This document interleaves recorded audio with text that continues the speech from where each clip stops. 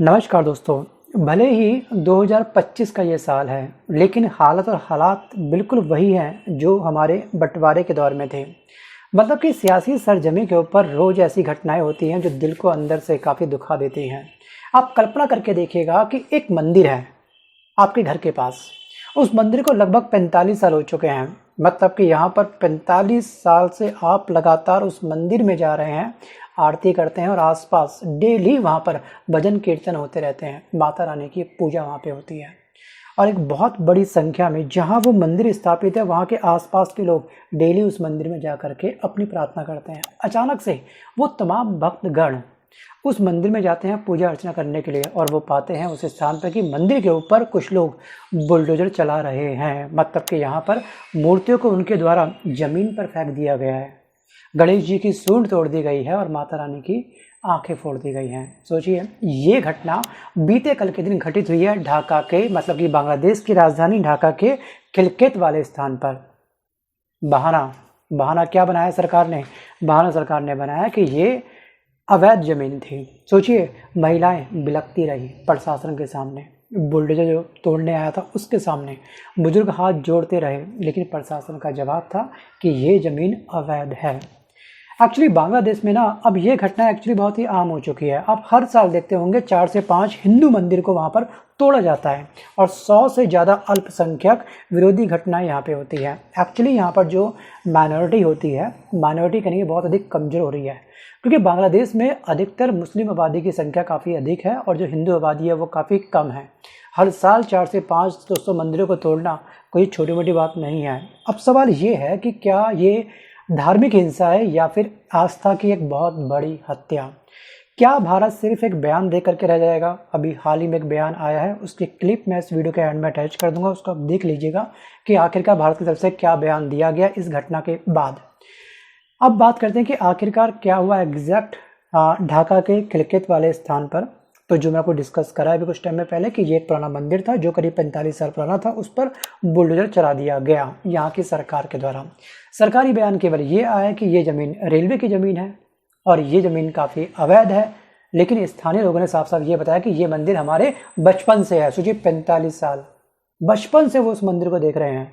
ये ज़मीन कभी रेलवे की थी ही नहीं और हमें कोई नोटिस मिला ही नहीं। अगर कोई भी दोस्तों डिमोलिशन होगा ना तो उससे पहले एक नोटिस प्रोवाइड होता है, बट वहाँ की जनता का साफ साफ कहना यह है कि कोई नोटिस नहीं मिला है। सोचिए, घटना के दिन महिलाएं और बुजुर्ग मंदिर के सामने खड़े हो गए। चलाना है बुलडोजर, हमारे आगे चलाओ, हम पर चलाओ, उसके बाद मंदिर पे चलाओ। कितनी बड़ी आस्था है सोचिए। लेकिन प्रशासन ने बुलडोजर चलवाया, मूर्तियों को तोड़ा और पूरे मंदिर परिसर को मिट्टी में मिला दिया।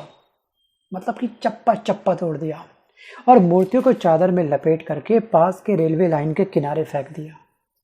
रेलवे लाइन के किनारे आप देखते हैं किस टाइप का कचरा होता है, वहाँ इसको फेंक दिया। ये दृश्य देख करके बिना अगर आप कल्पना करके देखिएगा एक बार, आपकी आंखें पक्का नम हो जाएंगी, मतलब कि आपकी आंखें भीग जाएंगी। ये मंजर देखा है वहाँ के लोगों ने अपनी आंखों के सामने, जहाँ पर जो मंदिर 45 साल से लगातार यहाँ पर पूजा अर्चना हो रही थी, भजन गूंजते थे, कीर्तन चलते थे, माता रानी की पूजा सुबह शाम होती थी, और उन्हीं भक्तगणों के सामने आज हमारे हिंदू मंदिर को तोड़ा गया। अब बात करते हैं कि आखिरकार बांग्लादेश के अंदर इस तरह की घटनाएं कब कब घटित हुई हैं। एक्चुअली ये पहली बार नहीं हुआ है कि पहली बार किसी मंदिर को तोड़ा गया हो या फिर हमारे हिंदू धर्मों के ऊपर जो मेजॉरिटी है वो भारी पड़ गई हो। एक्चुअली 2012, 16, 21 और अब 2025 में ये 4 ऐसे बड़े साल हैं जहां पर बांग्लादेश में हिंदू मंदिरों पर बड़े पैमाने पर हमला किया गया उस मेजॉरिटी के द्वारा। 2021 की अगर हम बात करें तो नो अखाली और जो कुमिला मंदिर में, ठीक है, कुमिला में दुर्गा पूजा पंडाल लगाया गया था, वहाँ पे हमला किया गया था। फिर 2016 में मंदिर आपका ब्राह्मण बारिया जिला है, वहाँ पर एक मंदिर था, उसको जला दिया गया था। फिर वर्ष 2012 में बौद्ध मंदिरों के साथ साथ हिंदू जो मंदिर में जो मूर्तियाँ लगी थी उसको भी निशाना बनाया गया था, मतलब कि उसको भी धराशायी किया गया था। मतलब कि हर साल औसतन 100 से ज़्यादा धार्मिक हिंसा की घटनाएं रिकॉर्ड होती हैं बांग्लादेश के अंदर, जिनमें से 20% से ज़्यादा हिंदू समुदाय के खिलाफ हो रही है यहाँ पर। अब मतलब कि जो हिंदू लोग बांग्लादेश के अंदर रह रहे हैं ना, वो काफ़ी डर के माहौल में रह रहे हैं, क्योंकि जो दूसरी आबादी है, मुस्लिम आबादी, बहुत तांडव मचा रही है। एक्चुअली बांग्लादेश की आबादी में अब हिंदू ना केवल, अगर हम देखेंगे पूरी जो पॉपुलेशन है वहाँ पर केवल 8% रह गई है, जबकि 1947 में ये जो आंकड़ा था ना, ये आंकड़ा था आपका 22%, 22%, जबकि जनसंख्या बढ़नी चाहिए थी लगातार। जैसे आप इंडिया में देख रहे हो ना कि मुस्लिम आबादी जो प्रतिशत मात्रा है वो लगातार बढ़ रही है हिंदू के कंपैरिजन में। बाकी मैं आपको स्क्रीनशॉट में अटैच कर दूंगा, वीडियो को पॉज करके आप खुद पढ़ लीजिएगा एक बार, क्योंकि आपको भी पता होना चाहिए कि आखिरकार मेजॉरिटी माइनॉरिटी पे कैसे भारी पड़ती है। क्या माइनॉरिटी का बढ़ना ज़रूरी है, मेजॉरिटी और माइनॉरिटी इक्वल होना ज़रूरी है? तो अब तरीके से बातों को समझ पाएंगे। अब बात करते हैं कि आखिरकार बांग्लादेश सरकार का पक्ष इसमें है क्या। भाई बांग्लादेश सरकार ये कहती है कि हमने कई बार नोटिस दिया था, राइट, और मंदिरों की रजिस्ट्री नहीं थी। लेकिन सवाल अब ये है कि क्या 45 साल से एक जगह मंदिर खड़ा है, पूजा हो रही है, और अचानक आप उसको अवैध कैसे कह सकते हैं भाई? और बिना अपने नोटिस दिए उस मंदिर को आप तोड़ रहे हो। एक्चुअली जो पहली सरकार थी शेख हसीना की, तो उस समय थोड़ी ये घटनाएं कम होती थी। जब से यूनुस की सरकार बनी है तब से लगातार जो हमले हो रहे हैं उसकी संख्या लगातार बढ़ती जा रही है। अब बात करते हैं कि आखिरकार भारत की क्या प्रतिक्रिया है इसमें। भारत सरकार ने इस घटना की निंदा करी है, जो हर बार हम लोग करते हैं, और विदेश मंत्रालय के हिसाब से ये कहना कि ये धार्मिक स्वतंत्रता का सीधा एक उल्लंघन है। अगर 8% हिंदू खुद को सुरक्षित ना समझे तो ये गंभीर मानवाधिकार हनन है। और भारत ने बांग्लादेश से ये मांग करी है कि भैया धार्मिक स्थलों की सुरक्षा सुनिश्चित की जाए। जो अल्पसंख्यक है, जो माइनॉरिटी वाली जो संख्या है, उस पर हमले रोकने के लिए एक स्पेशल प्रोटेक्शन फोर्स वहाँ पर बांग्लादेश के अंदर बनाया जाए, और दोषी जितने भी यहाँ पे पकड़े जा रहे हैं फुटेज के अंदर, उन सब पर कड़ी कार्रवाई होनी चाहिए। और दोस्तों ये जो बांग्लादेश है, बांग्लादेश के अंदर रहने वाले तमाम जितने भी हिंदू है ना, उन हिंदुओं के मन के अंदर एक डर का जो माहौल है वो दिन प्रतिदिन काफ़ी बढ़ता जा रहा है।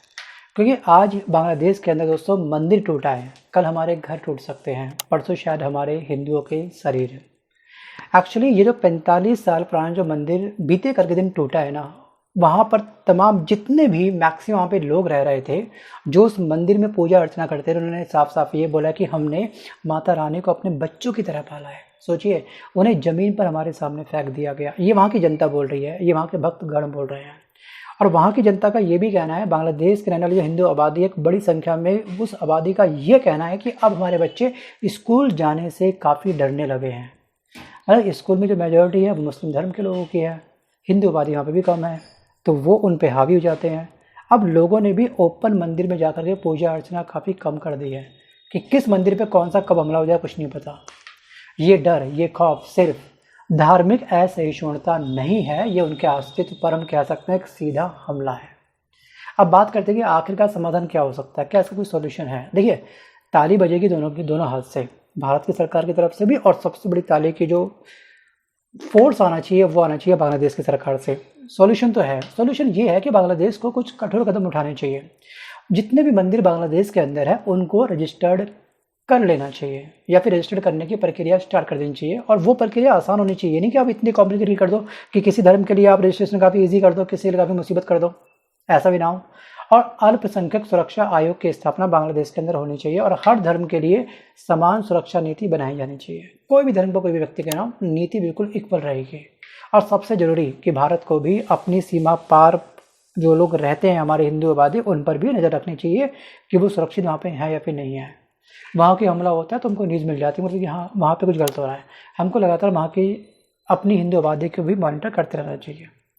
अब बात करते हैं दोस्तों ये यहाँ पर कि आखिरकार जो बीते कल के दिन हुआ है, हम सबको ये बात समझनी होगी कि मंदिर गिराया जा सकता है लेकिन आस्था को नहीं। लेकिन ये भी सही है कि अगर हम चुप रहे तो अगली बारी किसी और मंदिर की होगी, अगर हम चुप रहे तो। ये सिर्फ बांग्लादेश का मामला नहीं है दोस्तों, ये हर उस देश का आईना है जहाँ धर्म की आड़ में एक बहुत बड़ी राजनीति हो रही हो। सो गाइस, आज के इस वीडियो में बस ये इतना है। अब आपका मानना क्या है कि आखिरकार इसका समाधान कैसे निकालना चाहिए? क्या सच में हमको आवाज़ उठानी चाहिए, या फिर बस किसी और एक नई न्यूज़ की तरफ हमको मूव कर जाना चाहिए? जो हुआ उसको भूल जाओ। Think about it. आपका कहना क्या है? वीडियो को पॉज करके आप मुझे कमेंट जरूर करिएगा। आज के इस वीडियो में बस ये इतना है। मिलता हूँ जल्द नए वीडियो के साथ, तब तक के लिए धन्यवाद। We understand that extremists were clamoring for demolishing the Durga temple in Khilket, Dhaka. The interim government, instead of providing security to the temple, projected the episode as illegal land use, and they allowed the destruction of the temple today.